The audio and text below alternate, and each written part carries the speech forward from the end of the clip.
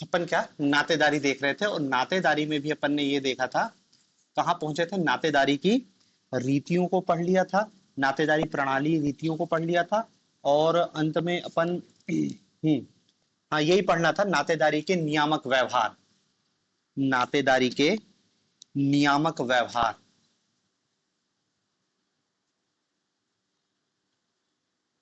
नियामक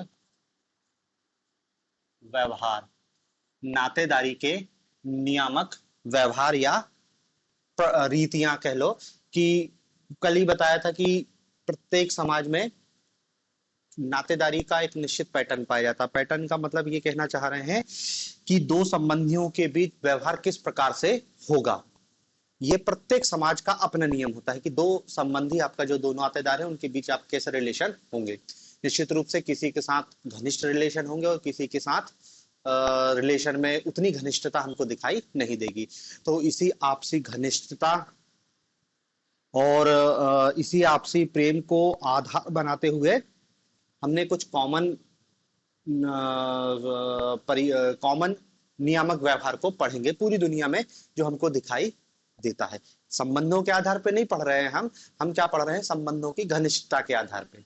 किसी में हमको दिखाई देगा कि एक दूसरे के क्लोज रिलेशन है, किसी में दिखाई देगा कि दो संबंधियों के बीच दूरी बना के रखी गई है, कि बहू और ससुर नहीं, शकल भी नहीं देख सकते, जेठ और बहू शकल भी नहीं देख सकते, वहीं देवर भाभी, जीजा साली, संबंधों को ये इसी अनुमति दी गई है कि आपके बीच संबंध बहुत हंसी मजाक पूर्ण होने चाहिए।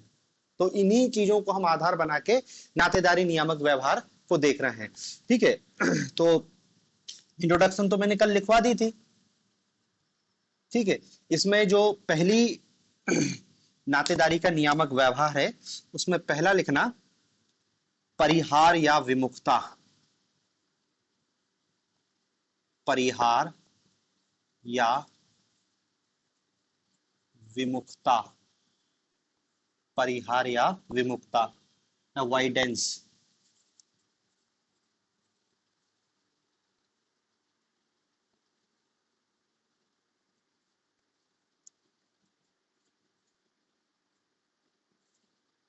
अवॉइडनेस, ऐसा परिहार या विमुखता लिखो इसमें, कि इसका अर्थ है कि कुछ संबंधी आपस में विमुखता बरतें, कुछ संबंधी आपस में विमुखता बरतें। विमुखता मतलब समझ रहे ना, शक्ल नहीं देखे एक दूसरे की, विमुख हो जाएं। तो समाज चाह रहा है कि कुछ संबंधियों के बीच दूरी हो, गैप हो, शक्ल तक ना देखें, इतना गैप बना के रखा गया है। आपसी संबंध में विमुखता बरतें, एक दूसरे से कुछ दूरी बनाए रखने का प्रयत्न करें और पारस्परिक सामाजिक अंतःक्रिया को टालने का प्रयास करें।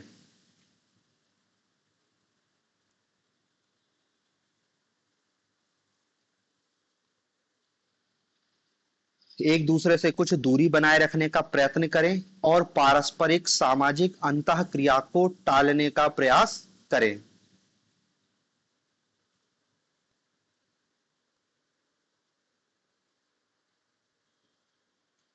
इस रीति के अनुसार कई संबंधियों के नाम लेना वर्जित है, कई संबंधियों के नाम लेना वर्जित है,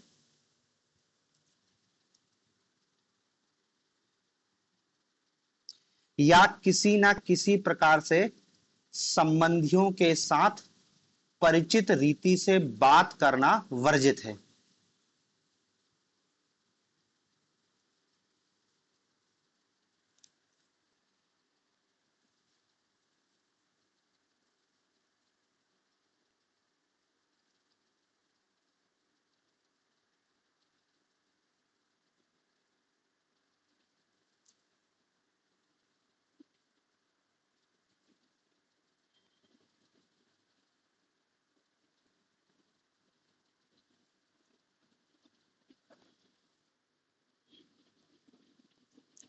ठीक है, परिहार या विमुक्ता हम खुद देख रहे हैं कि हमारे समाज में भी परिहार या विमुक्ता का संबंध पाया जा रहा है, कि और परिहार और विमुक्ता मतलब दो संबंधी दूरी बना के रखना।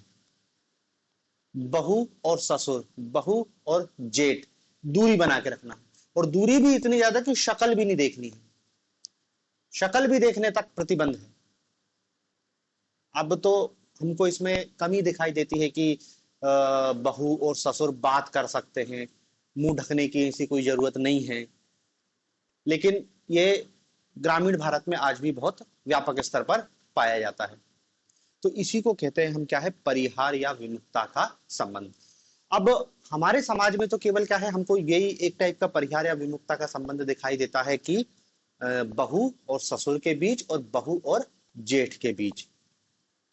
कई जगह क्या है, सास और दामाद का भी परिहार या विमुक्ता का संबंध दिखाई देता है कि सास भी दामाद के सामने नहीं आती या उनसे ज्यादा बात नहीं करती है। तो हमको कुछ प्रकार के परिहार संबंधों की जानकारी होनी चाहिए। जैसे एक परिहार संबंध होता है भाई बहन का। अब देखो ये हमारे इधर नहीं पाया जाता है, भाई बहन ये पाया जाता है श्रीलंका की वेडायड जनजाति में। श्रीलंका की जनजाति है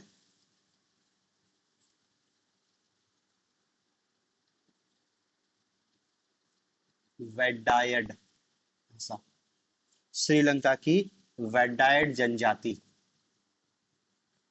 इसमें भाई बहन परिहार या विमुक्ता का संबंध पाया जाता है। मतलब ये इतना स्ट्रिक्ट है कि भाई और बहन एक छत के नीचे सो नहीं सकते, एक छत के नीचे सो नहीं सकते, एक साथ भोजन नहीं कर सकते। और कहीं कहीं तो इतना ज्यादा है कि भले बहन की शादी हो गई हो, भाई जीवन भर उस घर में नहीं जाएगा, बहन मर भी जाए ना तब तक वो उसके बाद भी वो उस घर के अंदर प्रवेश नहीं कर सकता। तो ये भाई बहन के बीच दूरी को बनाए रखने का प्रयास किया जाता है श्रीलंका की वेडायड जनजाति में। इसी टाइप से ट्रोबियांड द्वीप समूह में भी इसी टाइप का परिहास पाया जाता है। ट्रोबियांड,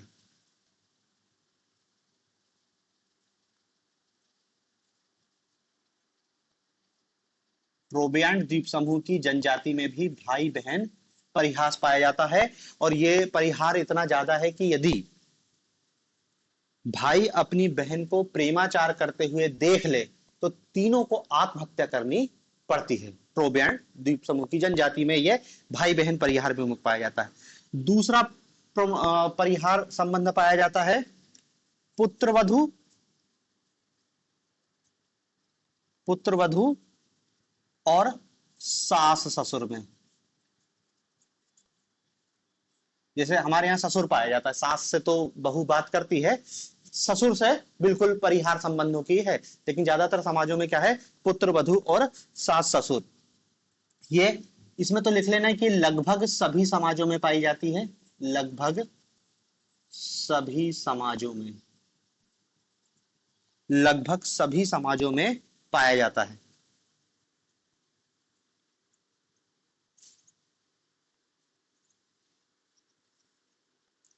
लगभग सभी समाजों में पाया जाता है। चाहो तो एक लाइन और लिख लेना कि भारतीय समाज में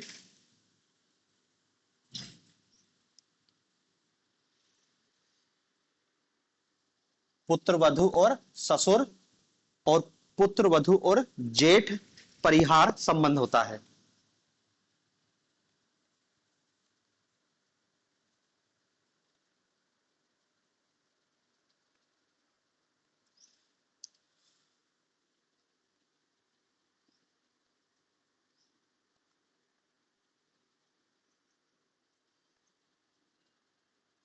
ठीक है ना। इसी टाइप का जेठ, जेठ को ज्येष्ठ लिखते हैं। और छोटे भाई की पत्नी, छोटे भाई की पत्नी, ससुर दामाद, ससुर दामाद,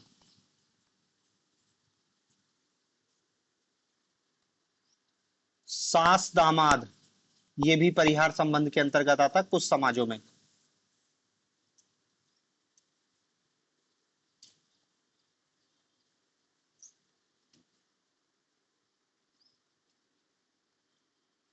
ठीक है। तो देखो नातेदारी नियामक व्यवहार में हमने पहला लिखा है परिहार या विमुक्ता, कि दो संबंधियों के बीच दूरी बनाए रखने का प्रयास किया जा रहा है, दोनों को निकट नहीं आने देना है। और आप इसके कुछ उदाहरण बता सकते हो, जैसे भाई बहन का श्रीलंका की बेड्डाइट जनजाति, पुत्र वधू, और ये तो सभी समाजों में पाया जाता है, सास दामाद, अलग बहुत सारी जनजाति उदाहरण बता सकते हैं। अपन को बहुत सीमित आंसर लिखना है, इतना ही बताना है, क्योंकि अभी इसमें कारण भी बताना है। ठीक है, तो ये परिहार या विमुक्ता का संबंध आप आसानी से समझ रहे हो, क्योंकि हमारे समाज में भी ये पाया जाता है। अब सवाल ये है कि ऐसा क्यों है, क्यों दो संबंधियों को इतना अलग किया जा रहा है? कि देख रहे हैं ना कि भाई बहन एक छत के नीचे नहीं सो रहे हैं, बहू और ससुर एक दूसरे का चेहरा नहीं देख रहे हैं, जेठ और बहू को चेहरा देखने पे प्रतिबंध है। यूकाधिर न्यू गिनी की बोकाऊ जनजाति में है कि दामाद और सास ससुर एक दूसरे का नाम नहीं ले सकते, छू नहीं सकते, देख नहीं सकते। यदि उनको वो देख ले तो वो देखते ही से लुक जाते हैं। मतलब इतना ज्यादा परिहार संबंध है। तो इसका कारण क्या है? तो देखो, अब अलग अलग समाजशास्त्रियों ने अलग अलग कारण बताए हैं। जैसे एक समाजशास्त्र कम मानव शास्त्री है टॉयलर। टॉयलर का मत था कि ये जो परिहार या विमुक्ता का संबंध है, ये दरअसल क्या है, मात्र सत्तात्मक परिवारों के कारण है। मात्र सत्तात्मक परिवारों के कारण, मात्र सत्तात्मक परिवारों के कारण है। क्यों भाई? देखो, इनने उदाहरण दिया क्या, सास और दामाद का, कि हमने बहुत सारे समाजों का अध्ययन किया और देखा कि सास और दामाद के बीच परिहार संबंध है। तो इनने क्या बोला कि दरअसल दामाद क्या है, बाहर का व्यक्ति होता है, परिवार से बाहर का व्यक्ति होता है, और अपरिचित व्यक्ति होता है। जब अपनी पत्नी के साथ अपने ससुराल में रहने आता है तो उसके साथ क्या है, कुछ व्यवहारों को प्रतिबंधित कर दिया जाता है कि यहां पर आके वो ज्यादा घुले मिले नहीं। ठीक है ना? तो ये टॉयलर का मत था। हालांकि इस मत की आलोचना की गई है कि भाई यदि मात्र सत्तात्मक परिवार के कारण परिहार संबंध विकसित हुए हैं, तो फिर हमको तो पितृ सत्तात्मक समाजों में भी ये दिखाई देता है। हमारा समाज तो पितृ सत्तात्मक है ना, फिर भी परिहार संबंध है। तो टॉयलर के मत की आलोचना की गई कि टॉयलर सही नहीं कह रहा है, क्योंकि बहुत सारे पितृ सत्तात्मक समाजों में भी हमको ये दिखाई देता है। ठीक है, तो देखो, ये टॉयलर हो गया, टॉयलर का मत हो गया, लेकिन उसकी आलोचना कर दी गई। तो आपको कारण, लेकिन कारण को खारिज भी कर दिया गया, क्योंकि जब ये कारण खारिज होगा तभी समाजशास्त्री दूसरा कारण बताएगा। तो फिर दूसरा कारण बताते हैं दूसरे समाजशास्त्री, जिनका नाम है फ्रेजर। फ्रेजर फ्रेजर ने क्या गणित लगाया, इसका यह कहना था कि परिहार संबंधों का कारण है निषिद्ध यौन संबंध।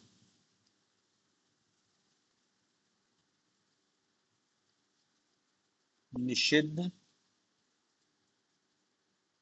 यौन संबंध। निषिद्ध यौन संबंध। निषिद्ध यौन संबंध मतलब क्या है कि देखो, सॉरी, निषिद्ध है सर, निषिद्ध निषिद्ध यौन संबंध है मतलब कि दो संबंधियों के बीच यौन संबंध ना बन जाए, इसलिए दोनों को अलग रखना। सेक्सुअल रिलेशन को रोकने के लिए ये परिहार या विमुक्ता का रिश्ता बनाया है कि कहीं इन दो नातेदारियों के बीच सेक्सुअल रिलेशन ना बन जाए, इसलिए ये निषिद्ध संबंध स्थापित किया गया है। ठीक है ना? इसी टाइप से फ्रॉयड, जो एक समाजशास्त्री तो ना कहेंगे, फ्रॉयड, ये भी कहता है, क्या कहता है कि निषिद्ध यौन संबंध, कि दो निकट संबंधियों के बीच यौन संबंध ना बन जाए, इसलिए ये परिहार संबंध बनाए। तो देखो, दो समाजशास्त्री को नाम लिखना, एक फ्रेजर और एक फ्रॉयड। हालांकि फ्रॉयड एक मनोवैज्ञानिक था, लेकिन उसको समाजशास्त्र में भी उल्लेख किया जाता है, लेकिन इनको भी, इनके सिद्धांत को भी खारिज कर दिया गया है। क्यों? इसकी आलोचना ये कह के गई है कि चलो ठीक है, मान ले रहे हैं कि विपरीत लिंगियों के बीच सेक्सुअल रिलेशन ना बन जाए, इसलिए परिहार है। लेकिन बहुत सारे समाज में तो समान लिंगियों के बीच भी विमुक्ता का संबंध है। जैसे ससुर और दामाद के बीच भी विमुक्ता का संबंध है, सास और बहू के बीच भी विमुक्ता का संबंध है। तो फिर ये समान लिंगियों के बीच क्यों है? क्योंकि समान लिंगियों के बीच ऐसा मान रहे हैं कि सेक्सुअल रिलेशन नहीं बनेगा, तो फिर ये विमुक्ता है। तो आलोचना में एक पॉइंट लिख लेना कि समान लिंगियों के बीच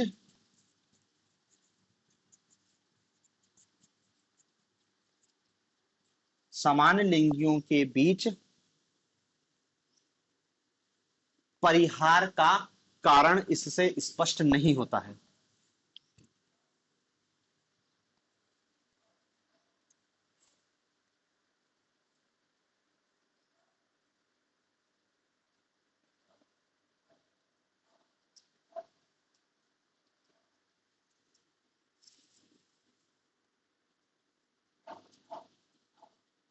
समान लिंगियों के बीच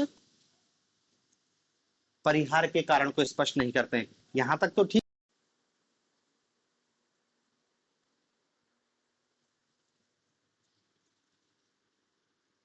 फिर अगला कारण लिखना, डॉक्टर रिवर्स के अनुसार, डॉक्टर रिवर्स के अनुसार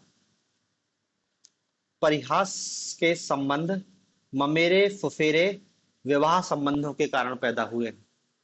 परिहास संबंध ममेरे फुफेरे,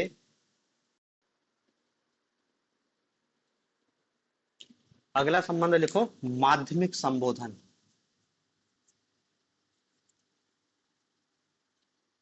माध्यमिक संबोधन,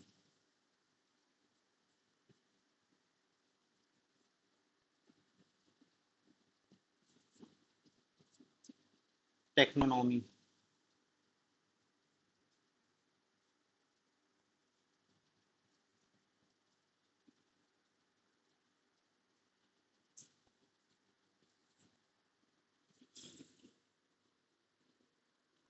देखो कई समाजों में ऐसे नियम हैं,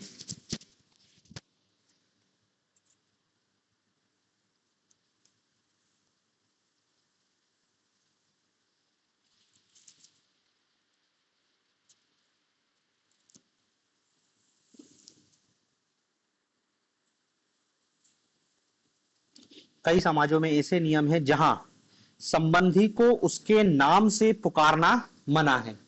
संबंधी को उसके नाम से पुकारना मना है। उसे पुकारने के लिए किसी अन्य व्यक्ति को माध्यम बनाया जाता है। उसको पुकारने के लिए किसी अन्य व्यक्ति को माध्यम बनाया जाता है, इसलिए इसे माध्यमिक संबोधन कहते हैं।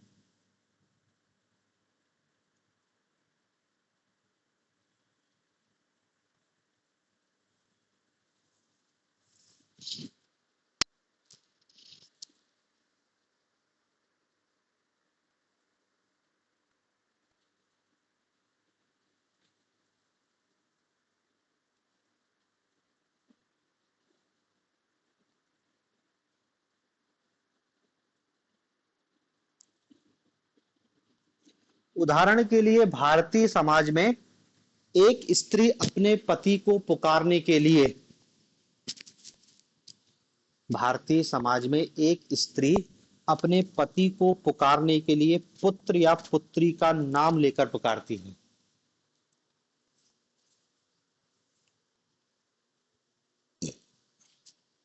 पुत्र या पुत्री का नाम लेकर पुकारती है, ठीक है ना। देख ही रहे हैं, उनने कहा कि पत्नी पति का नाम नहीं लेती है, उन्हें बुला रही है तो चुन्नू के पापा बुलाती है, या फिर जब तक बच्चा नहीं हो जाता तो एजी ओजी करके बुलाते, लेकिन नाम नहीं लेगी। और ये सिर्फ भारतीय समाज, दुनिया के बहुत सारे समाजों में हमको ये टेक्नोनॉमी माध्यमिक, हमने ना बीच डायरेक्ट नहीं, बीच में किसी ना किसी को लाओगे। बच्चे को ले आए, बच्चे के पिताजी के नाम से, मतलब बच्चे को बीच में रख के बुला रहे हैं, इसलिए माध्यमिक संबोधन इसको नाम दिया जा रहा है। अब इसका कारण देखो, इसके कारण में भी विविधता है। देखो टॉयलर के अनुसार, टॉयलर के अनुसार यह मात्र सत्तात्मक परिवारों के कारण उत्पन्न हुआ है। मात्र सत्तात्मक परिवारों के कारण उत्पन्न हुआ है।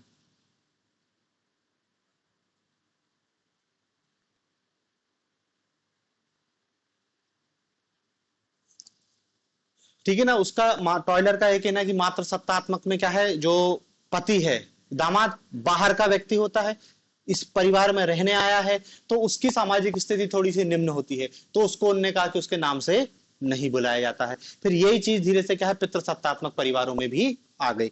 लेकिन टॉयलर के मत की आलोचना की गई है। जो लोबी समाजशास्त्री वो कहता है कि ऐसा कुछ नहीं है, दुनिया के बहुत सारे समाज जो केवल पितृसत्तात्मक है वहां पे भी ये माध्यमिक संबोधन की प्रथा पाई जाती है।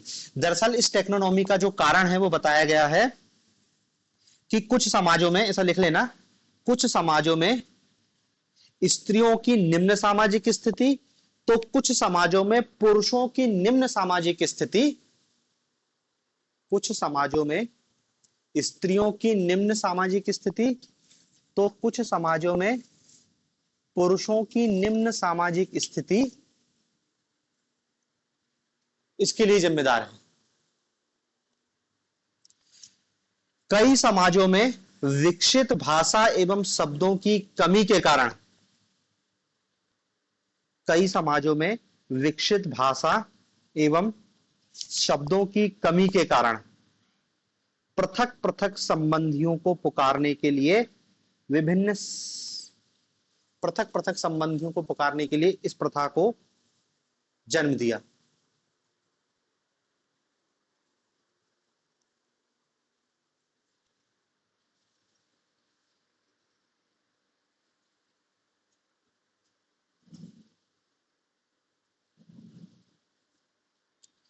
कई समाजों में विकसित भाषा एवं शब्दों की कमी के कारण पृथक पृथक संबंधियों को पुकारने के लिए विभिन्न पुकारने के लिए विभिन्न संबंध संज्ञाओं की कमी ने, विभिन्न संबंध संज्ञाओं की कमी ने इस प्रथा को जन्म दिया।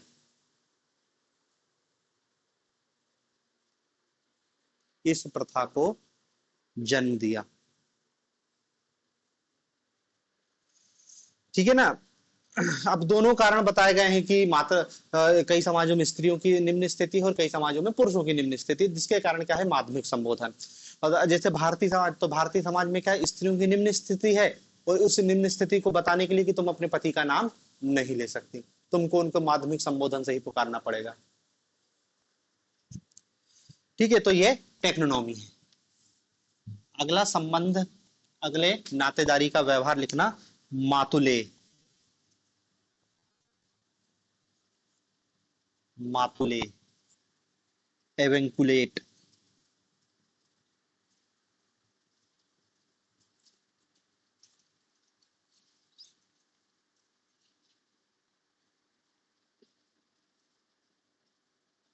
एवेंकुलेट।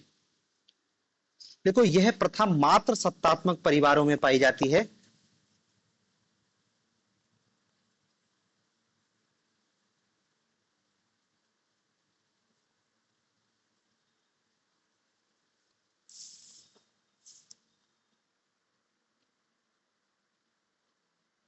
यहां मामा अपने भांजे भांजियों के जीवन में प्रमुख स्थान रखता है।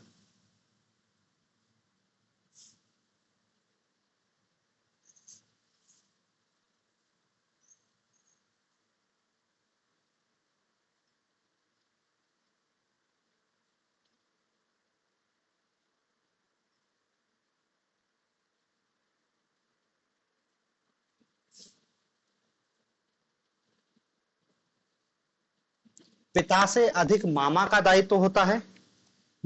भांजों की वफादारी पर मामा का विशेषाधिकार है। भांजों की वफादारी पर मामा का विशेषाधिकार है। संपत्ति मामा से भांजे को हस्तांतरित होती है।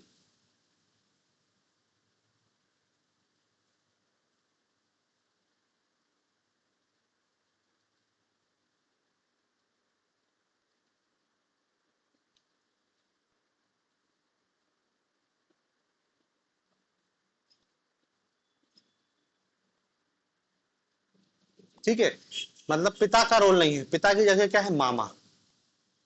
माँ बाप है, पिता ने बच्चे पैदा किए हैं, लेकिन मामा हो सकता है। कई समाजों में ऐसा है कि बच्चे मामा के घर चले गए, वहीं पल रहे बढ़ रहे, पिता से कोई मतलब नहीं है। मामा भी अपनी संपत्ति अपने भांजे भांजियों को दे रहा है, उनके शादी ब्याह पढ़ाने लिखाने सब जिम्मेदारी मामा की है। और भांजे भांजियों की रिस्पॉन्सिबिलिटी बाप के प्रति नहीं होकर किसके प्रति है, मामा के प्रति। तो इन सबको कहते हैं मातुल, मातुले इसे संबंधों को। और जहां यह पाया जाता है उसको मातुल स्थानीय परिवार कहते हैं। देखो उदाहरण में कैलिफोर्निया के सीरी इंडियन, कैलिफोर्निया के सीरी इंडियन,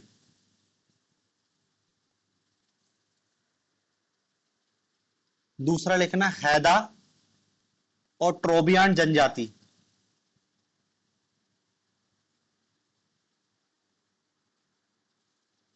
ट्रोबियान जनजाति, होपी जूनी, होपी जनजाति है और एक जूनी जनजाति है, इसमें भी ये सिस्टम पाया जाता है। ठीक है ना, तो ये हो गया मातुले एवेंकुलेट। अगला लिखना पितृशवश्रेय,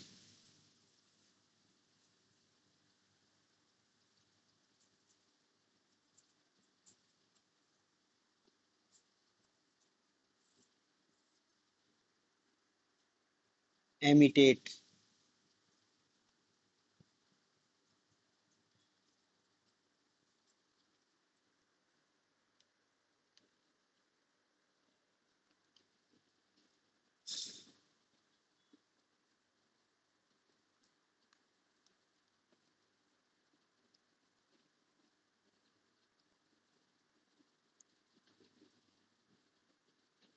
देखो कुछ पितृसत्तात्मक परिवारों में पिता की बहन, कोष्टक में लिखना बुआ,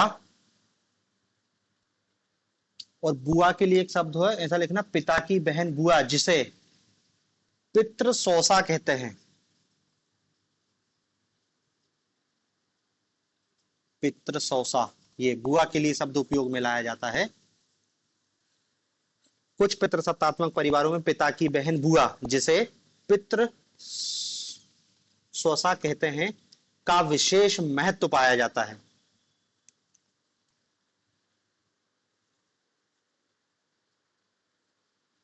भतीजा मां से अधिक बुआ का सम्मान करता है, बुआ की संपत्ति का उत्तराधिकारी होता है।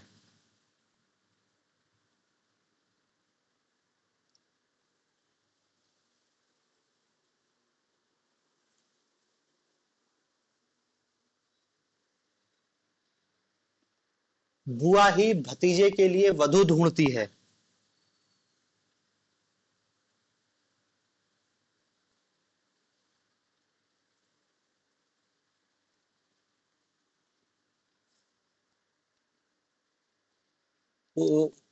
उदाहरण लिख लेना, जैसे बैक्स द्वीप की जनजाति, बैक्स द्वीप की जनजाति, भारत में टोडा जनजाति, भारत में टोडा जनजाति, ऐसा लिख लेना।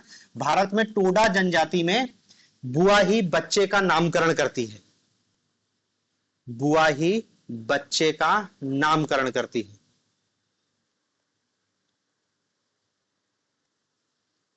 और देखो ये हमारे समाज में भी पाया जाता है। आप शादी ब्याह के मौके पर देखो बहुत सारी रस्मों में बुआ की महत्ता है। कुछ रस्म होती है जो केवल बुआ ही करती है, नेग लगता है उसमें बुआ को नेग दिया जाता है, बुआ जरूरी है। तो ये हमारे समाज में बुआ उतना तो ज्यादा नहीं रहती है, लेकिन फिर भी कहीं ना कहीं देख रहे हैं ना कि कुछ काम केवल बुआ ही कर रही है।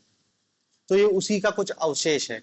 और ये ऐसा क्यों किया गया है, ऐसा जो समाजशास्त्री ने अंदाजा लगाया गया है कि भाई घर की लड़की विवाह होकर दूसरे परिवार में चली जाती है, तो अब उससे कैसे संबंध बनाए रखें। तो कुछ ऐसी प्रथाएं विकसित करगी कि ये काम तो भैया बुआ ही करेगी। तो उन्होंने कहा कि बुआ को लाओ, तो कम से कम इस जहां वो लड़की जन्मी है उस परिवार से उसका संबंध बना रहे, इसलिए ये पितृशवश्रेय का सिस्टम विकसित किया गया है। बस इतना ही लिखना अपन को, इसमें और कुछ नहीं। अगला लिखना सह प्रसविता या सहकष्टी,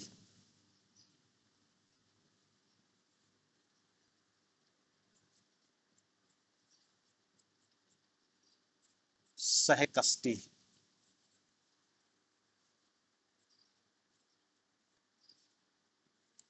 कोवेड।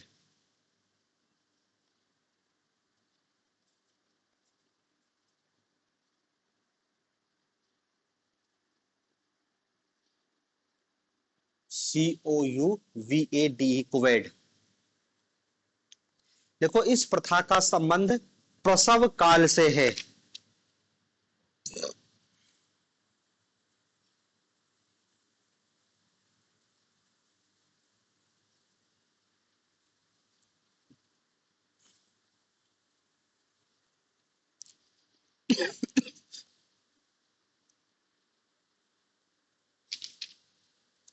कुछ जनजातियों में ऐसी प्रथा है कि जब पत्नी, कुछ समाजों में ऐसी प्रथा है कि जब पत्नी के संतान होने वाली हो तब पुरुष को उन सारे निषेधों का पालन करना पड़ता है। कुछ जनजातियों में ऐसी प्रथा है कि जब पत्नी के संतान होने वाली हो तब पुरुष को उन सारे निषेधों का पालन करना पड़ता है जिनका पालन उसकी पत्नी करती है।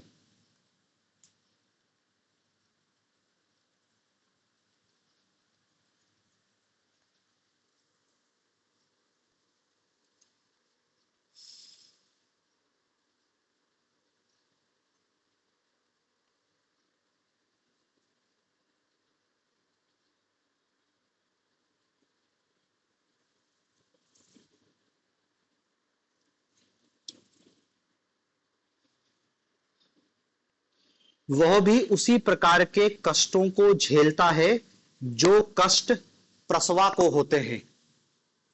वह भी उसी प्रकार के कष्टों को झेलता है जो कष्ट प्रसवा को होते हैं।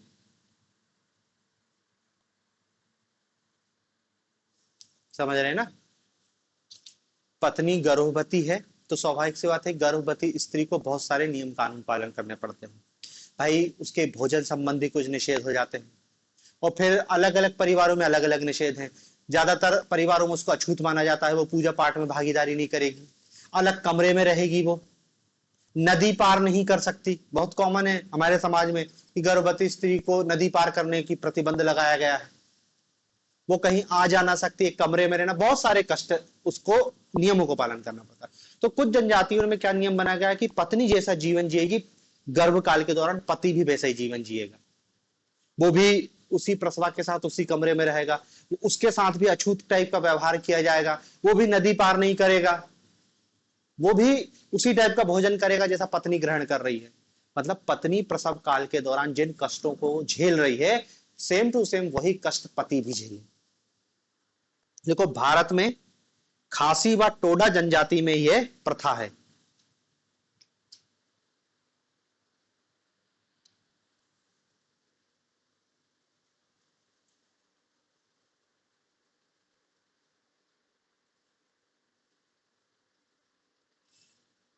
ठीक है ना?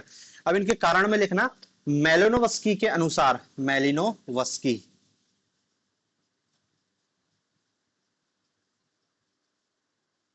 मेलिनोवस्की के अनुसार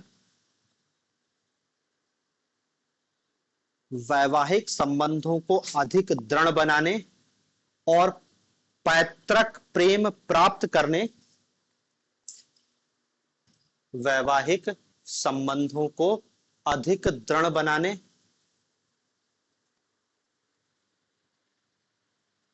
और पैतृक प्रेम प्राप्त करने के लिए यह किया जाता है।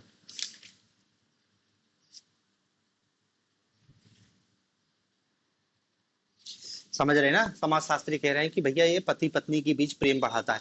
पत्नी को खुशी होती है कि यार भाई जो कष्ट मैं झेल रही हूँ वही कष्ट पति भी झेल रहा है। और फिर क्या होता है जब बच्चा पैदा होता है तो जैसे माँ बच्चे के प्रति विशेष प्रेम रखती, क्योंकि माँ ने पूरे 9 महीने कष्ट झेल के उस बच्चे को पैदा किया है, तो ये प्रेम पिता में भी पैदा हो, इसलिए ये कुवैट का सिस्टम विकसित किया गया है। बाकी कुछ ट्राइबल ग्रुप में तो इसको जादू टोने से भी जोड़ा जाता है कि यार जो गर्भवती स्त्री रहती है उसके साथ ऐसा होता वैसा होता तो पति भी रहेगा, जो भी है अपन उसको नहीं लिख रहे, बस अपन तो इतना ही बता रहे हैं। तो देखो ये नातेदारी के नियामक व्यवहार है। इतने टाइप के व्यवहार आपको उदाहरण सहित आपको एक आंसर के रूप में बताना है। ठीक है ना? अब आगे इसमें अपन अब कल देखेंगे। ठीक है ना? तो कल अपन